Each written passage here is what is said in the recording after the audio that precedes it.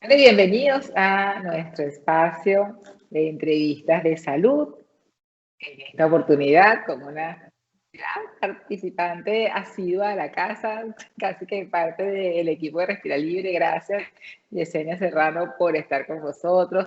Y el día de hoy, mi querida Yesenia, vamos a hablar de un tema que me encantó cuando me lo nombraste. Por supuesto, porque, bueno, es parte de lo que uno siempre ha hecho, aunque en este momento no me esté dedicando a la parte auditiva. Y me parece sumamente importante que tú nos traigas a colación.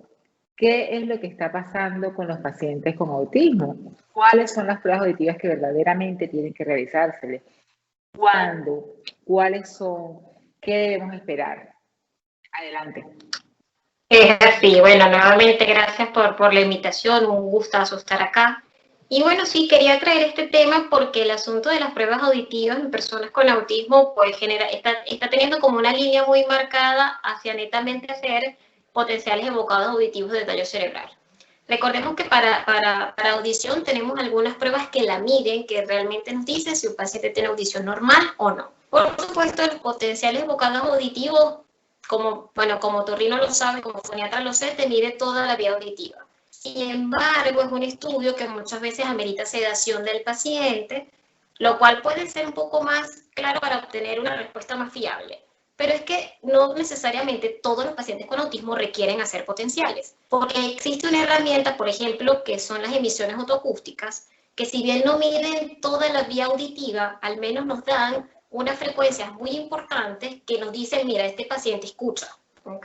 Y las emisiones autoacústicas, sabemos que en muchos países sí es como la prueba, es una prueba obligatoria, es una prueba que le hacen básicamente a un niño recién nacido, pero se tiene el mito de pensar de que solamente se hacen recién nacidos, y uno puede obtener emisiones autoacústicas en pacientes hasta los 18 años con fidelidad de que te garantizan de que el paciente está escuchando, es decir, si presenta audición normal o no.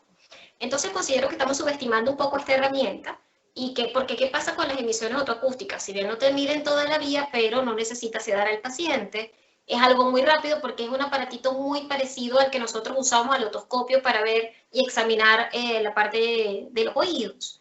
Entonces creo que es una prueba que estamos subestimando y pudiésemos considerar un poco más, y sobre todo en niños de 2 años, de 3 años, 4 años, Claro. que oye, puedes hacer. Ahora, la otra contraparte, porque también tenemos, lo que pasa es que con autismo existen demasiados paradigmas. Y hay pacientes que te pueden rendir perfectamente una audiometría. Sabemos que la audiometría necesitan obedecer órdenes, que tú lo metes en una cabina, pero muchísimos de ellos, porque recordemos que de autismo lo que más hay epidemiológicamente hablando son los nivel 1, que son los que te responden, es decir, que tienen un buen nivel de funcionamiento y te pueden obedecer muy cómodamente a una audiometría. Pero si bien tenemos los potenciales que miden la audición, tenemos esta audiometría y tenemos las emisiones como, creo yo, la herramienta que más deberíamos usar, recordemos que generalmente el motivo de consulta de pedir las pruebas auditivas es que el paciente no responde al llamado. Y generalmente es uno de los signos tempranos del autismo, Claro. aunque recordemos que para llegar a esta etiqueta necesitamos recaudar una serie de características. Esta es una de muchas características que el paciente debe tener. Pero como es una de las más frecuentes de ver de forma temprana, entonces pues mandan a hacer potenciales. Sin embargo, oye, si uno en el interrogatorio se da cuenta, porque más de un caso me ha pasado, que tú le preguntas a la mamá, no me responde al llamado, doctora, pero ese niño escucha la comiquita que le gusta, así sea a, no sé, a 20 metros de distancia, y ese condenado sale corriendo porque escuchó, y no lo escuché ni yo. Entonces, esas son las pruebas que es donde tú dices, oye, quizás el problema no está en que si existe audición normal o no. Aquí viene entonces la otra interrogante que tiene que ver es con el procesamiento auditivo. Claro. ¿Qué es el procesamiento auditivo? Que es que la onda sonora te llega al cerebro, pero ahora el punto está de cómo se está procesando esa onda sonora que llegó. Y aquí es ahora lo otro que nosotros conversábamos un poquito antes.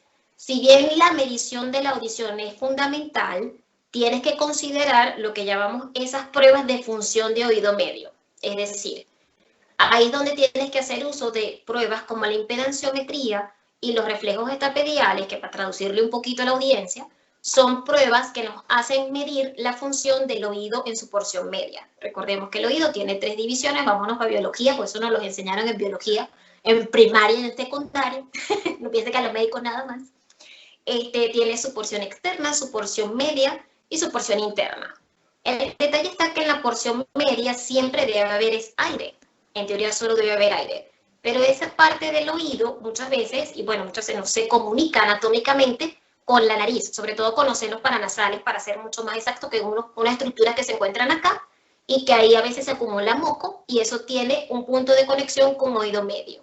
Y si entonces empieza a pasar moco al oído, eso va a alterar la transmisión de la onda sonora, porque no es lo mismo que pase por un medio aéreo a que pase por un medio líquido.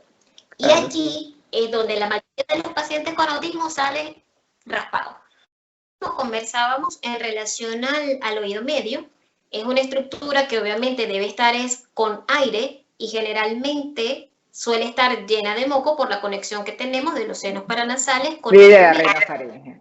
Exactamente. Entonces, ¿qué pasa? La onda sonora llega, por eso es que las pruebas generalmente salen con audición normal, pero entonces cuando pides estas pruebas de función de oído medio, que es la hiperansiometría, repito, y los reflejos estapediales, es donde las personas con autismo generalmente salen, como decimos en Venezuela, raspados, es decir, no pasa la prueba, y es ahí donde tenemos que prestar atención porque el problema no es de audición normal o no.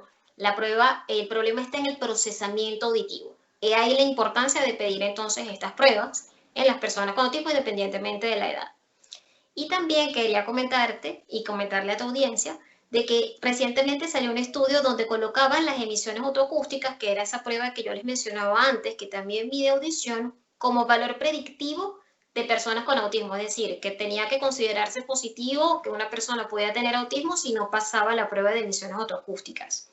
Cosa que es muy controversial porque realmente ante lo multifactorial y lo multisecuencial del autismo, pues condicionarlo a una prueba es como que, o sea, mi opinión, un poco complejo, ¿no? Por lo multifactorial. Pero no hay que subestimar esta prueba y sería una extraordinaria herramienta para ellos, para evitar invadirlos tanto. Definitivamente hay una batería de pruebas auditivas que están disponibles en todos los países, porque nosotros no nos vemos solamente en Venezuela, están disponibles en todos los países. Lo que pasa es que la gente tiene que asistir al especialista.